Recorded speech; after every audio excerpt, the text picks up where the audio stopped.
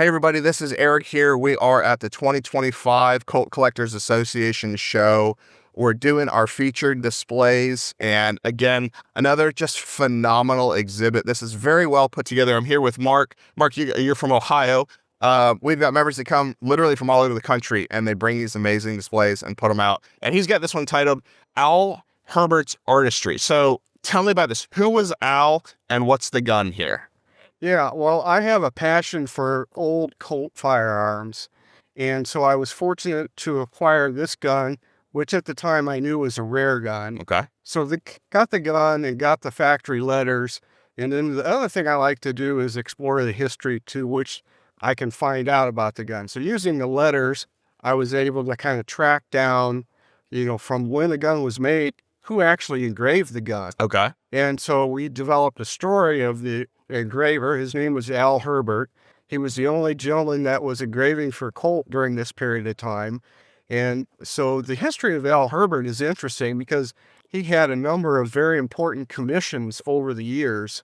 For example, Colt commissioned him to engrave a gun that they presented to President Eisenhower in 1957. Wow. So I was able to obtain photographs of the gun from the Presidential Museum in Kansas. That's remarkable. Another important commission that he completed was a gun to celebrate Colt's 125th anniversary in 1961. And that was a subject of magazine articles in Ebony. I see that. And later on in Guns magazine. So yeah, some interesting history with Al Herbert. From there, we're able to learn that the gun was actually shipped to a place in Minnesota called the Stage Coach, which I knew nothing about. But in doing some research, it turned into a very interesting history lesson for me. The gentleman that owned the Stagecoach Museum was a big-time collector. He had engraved rifles owned by Annie Oakley in Buffalo Bill Cody, among other things.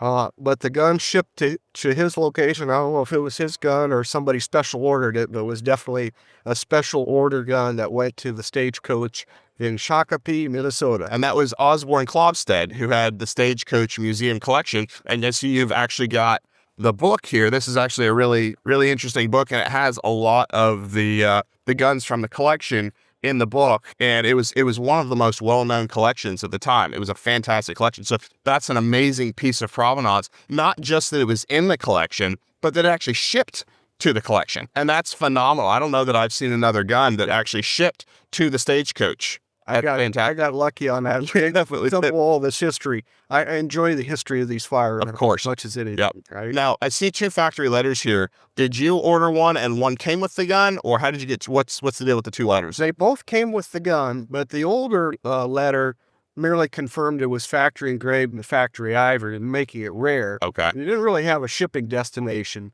So apparently later on, there was a deeper dive that was conducted through the Colt factory order number, and that's when they were able to determine it went to the Stagecoach Museum. Okay. Yeah, that's neat. And that's it's kind of an interesting aspect of collecting, not just with Colts, but in general, but especially with this Colt. Just because you get documentation with a gun doesn't mean that's where the story ends. So you've got more information reaching back out to Colt. So if you get a gun and you've got a letter on it, sometimes it can be beneficial to reach back out because you might get more information. And of course, looks like you put all this research together and you found out who engraved it, and you got more information from the factory letter. And this is just a phenomenal gun. It's absolutely gorgeous. This is one of my favorite guns in here. I'm just a sucker for the black color case hardening, and then you've got the ivory grips. There's nothing like it. It's just gorgeous. So this is an absolutely wonderful display, and I see that you won an award for it. Fortunate to win awards. Yep. Congratulations on that. Thank you so much, Mark.